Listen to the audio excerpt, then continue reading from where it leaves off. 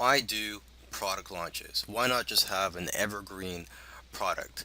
Well, what I like about product launches is that there's usually a scarcity and urgency involved that drives up the sales and can result in more sales in a week than in a year or a few years for a certain product. For example, you could have a 7 day launch where at the end of 7 days, you could increase the price of the product by a few dollars or even $100, or you could just shut down the offer altogether. And if you really want to sell that product again, you can always just relaunch it at a later date. Okay.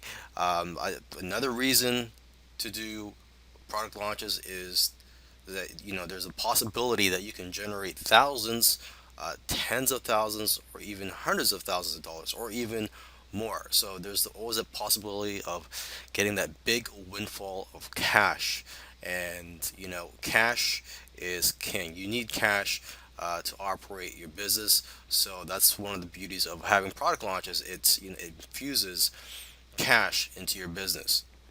Okay, another thing that it infuses is responsive leads, or in this case, buyers.